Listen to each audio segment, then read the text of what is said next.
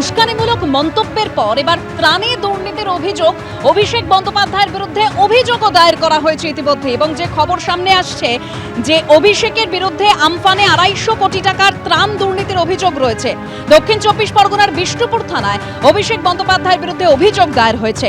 অভিষেক বন্দ্যোপাধ্যায়ের বিরুদ্ধে অভিযোগ দায়ের বিজেপি নেতা অভিজিৎ দাস ওরফে ববির। আমফানের পরে একই পরিবারে একাধিক সদস্যের নামে ত্রাণের টাকা দেওয়ার অভিযোগ, ত্রাণের টাকার বিনিময়ে কাটমানি নেওয়ার অভিযোগ রয়েছে।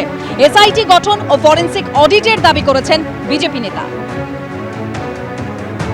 টোটাল 238 কোটি টাকা, 78 লক্ষ টাকা, প্রায় 250 কোটি টাকার মতন শুধু আমফানে ঘর রিপেয়ারের দুর্নীতি, যেটা সেন্ট্রাল থেকে এসেছিল রাজ্য ম্যানেজমেন্ট ফান্ডে থেকে, শুধু সেখানে 5,000 আংশিক ক্ষতি হলে 20,000 বেশি ক্ষতি হলে, এটা টোটাল ডায়মন্ড হারবার সমস্ত বিধানসভা করা হয়েছিল।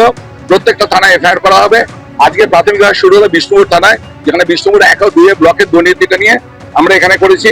অবৈধ পঞ্চায়েত সদস্য, জেলা পরিষদের সদস্য এবং পঞ্চায়েত সমিতির সদস্যরা এই মাননীয় সাংসদ, ছাপ্পা ভোটে জেতা সাংসদ অভিষেক ব্যানার্জির কৃপায় কোটি কোটি টাকা দুর্নীতি করেছে। মমতা বন্দ্যোপাধ্যায় ঘনিষ্ঠ সুদীপ বন্দ্যোপাধ্যায়ও এবার বিদ্রোহী ব্লকে নাম লেখালেন।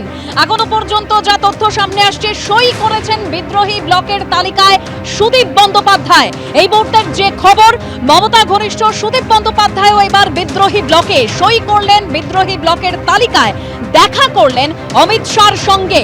কালই দিল্লিতে বৈঠকে তৃণমূলের বিদ্রোহী ব্লক, সোমবার স্পিকারের কাছ সঙ্গে সাক্ষাৎ, শতাব্দীকে নিয়ে ভূপেন্দ্র যাদবের বাড়িতে বৈঠক এবং তারপরেই অমিত শাহের সঙ্গে সাক্ষাৎ সুদীপ বন্দ্যোপাধ্যায়ের।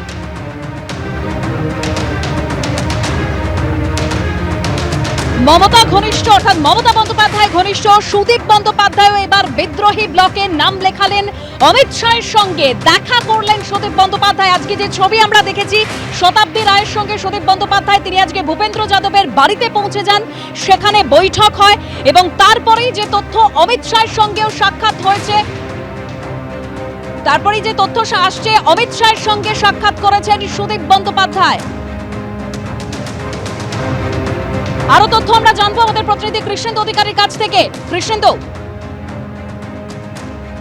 দেখো, যেটা দুটো গুরুত্বপূর্ণ তথ্য উঠে আসছে। আজকে শুধু ভূপেন্দ্র যাদবের সঙ্গেই সুদীপ বন্দ্যোপাধ্যায় বৈঠক করেননি, সেই বৈঠক শেষ হওয়ার পর দেশের স্বরাষ্ট্রমন্ত্রী অমিত শাহর কাছেও গিয়ে সুদীপ বন্দ্যোপাধ্যায় দেখা করেন এবং তাদের মধ্যে 30 মিনিটের মতো কথাও হয়, এমনটা সূত্র মারফত জানা যাচ্ছে।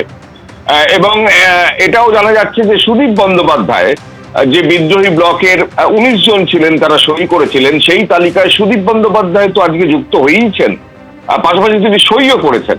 অর্থাৎ বিদ্রোহী তালিকায়, বিদ্রোহী সাংসদদের তালিকায় সুদীপ বন্দ্যোপাধ্যায়ের আজকের এই বৈঠকের পর শুধু উপস্থিতি নয়, তিনি সই পর্যন্ত করেছেন, এমনটাও সূত্র মারফত জানা যাচ্ছে।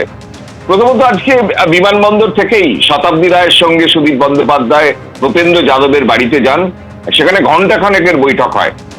মতিলাল নেহেরু মার্গের সেই বাসভবন, সেখানে ঘণ্টাখানেকের বৈঠক হয় এবং সেখানেই সমস্ত আগামী দিনের পরিকল্পনা ঠিক হয়।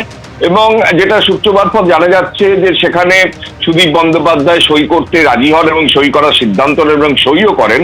এবং তারপরই সেই বৈঠকের পর তিনি দেশের স্বরাষ্ট্রমন্ত্রী অমিত শাহর সঙ্গে দেখা করতে যান, সেখানেও 30 মিনিটের মধ্যে তাদের মধ্যে বৈঠক চলে।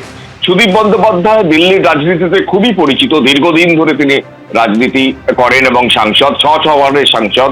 মমতা বন্দ্যোপাধ্যায় যখন 2011 সালে মুখ্যমন্ত্রী হন, তখন থেকেই সুদীপ বন্দ্যোপাধ্যায় লোকসভার তৃণমূলের নেতা এবং সেক্ষেত্রে অন্যান্য নেতাদের সঙ্গেও তার পরিচয়। এবং সেখানে ভূপেন্দ্র যাদবের সঙ্গে বৈঠকের পরেই তিনি অমিত শাহর সঙ্গে বৈঠক করেন, এমনটাও জানা যাচ্ছে।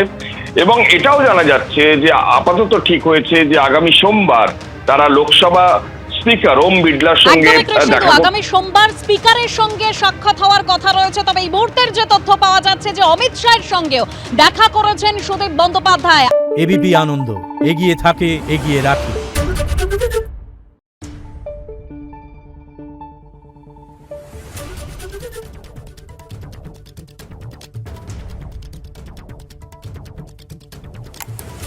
Thank you.